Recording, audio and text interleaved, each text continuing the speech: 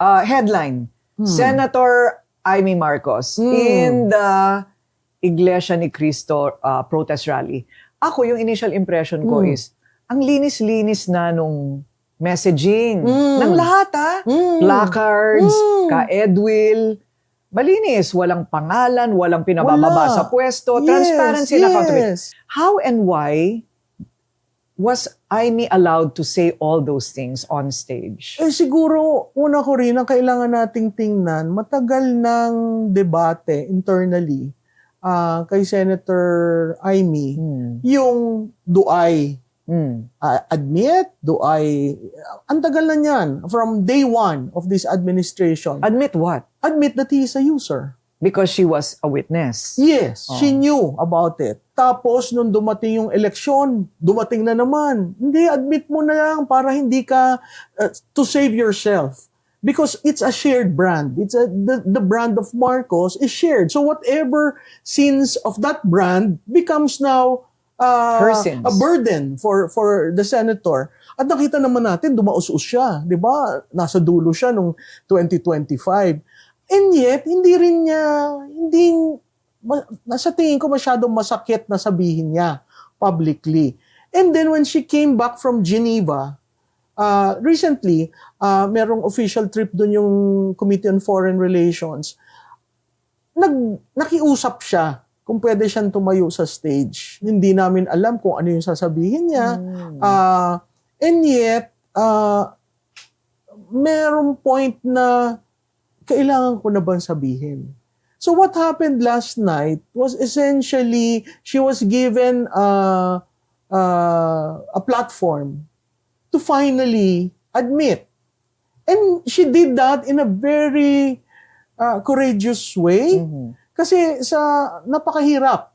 Pero in the same vein, if you read the speech, she was very careful of the culture of Filipinos, the family role, kasi nakikita mo, she was referring to the president, nung buhay ang ating ama, siya ang nag-aalaga sa atin, ngayon bilang panganay, responsible ko kayo.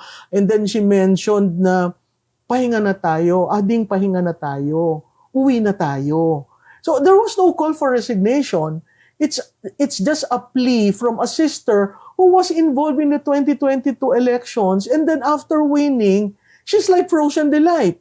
So 3 taon na silang hindi nag-uusap, kahit gusto niyang tulungan ang kanyang kapatid, kahit hindi siya makapasok sa Malacanang. So I guess it is a realization na ang daming nangyayari, sasalbahin ko ba ang bansa ko? O patuloy akong kikimkimin ko yung sikreto ng alam na pamilya? So I guess she decided na I do not want Marcos to be the reason, Marcos to be the reason for the fall of this country. So nagpaalam siya sa pamunuan ng iglesia na sasabihin niya lahat yon. Alam na, oo. Kasi nag-negotiate. Bibigyan ka ba namin ng panahon, magsalita? Saan ka ilalagay sa programa? Kaya makikita mo, after nung nagsalita, hindi na nila tinuloy yung 3rd day. Kasi ang sense ko, pag tinuloy yung 3rd day, hindi mo makokontrol yun na yung messaging. Di ba, sabi mo nga, malinis, walang resignation, ang placard wala. Sa EDSA, yun nga ang sinasabi, general patronage sa Quirino, sa EDSA, dyan talaga, magbardagulan kayo. Yun yung clear delineation ng 2 rallies. I see. Okay, so, kumbaga, it was not foreseen that the reaction would be that way to her pronouncements. That's why the 3rd day is not happening. Yes. So parang ayaw rin ng gulo ng iglesia. Clearly, di ba? Yung pamunuan, parang sinabi, sandali lang, anong reaction ng tao? Hindi mo naman, kahit sa survey, kahit sa social listening, hindi mo kaagad madidesisyonan yun eh. Pero nag-decide sila kasi bigat nung sinabi ni Senadora.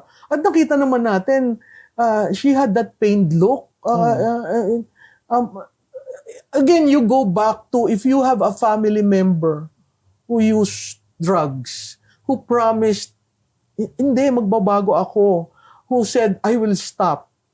people can relate to what Senator Amy Marcos was saying. And people can also relate to the fact she mentioned about Ilocos Norte at alam sa probinsya, alam ng probinsya.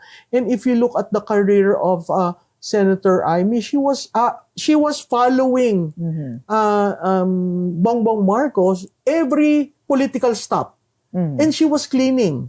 So when BBM became governor, after nun siya. When BBM became congressman, afternoon siya. When BBM became senator, siya. So, sabi ko nga sa kanya, ano ka ba talaga? Official na tagalinis?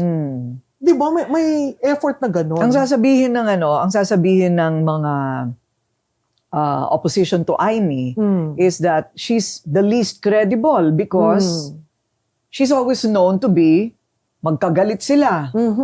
Ng kapatid niya at ng asawa, si First Lady.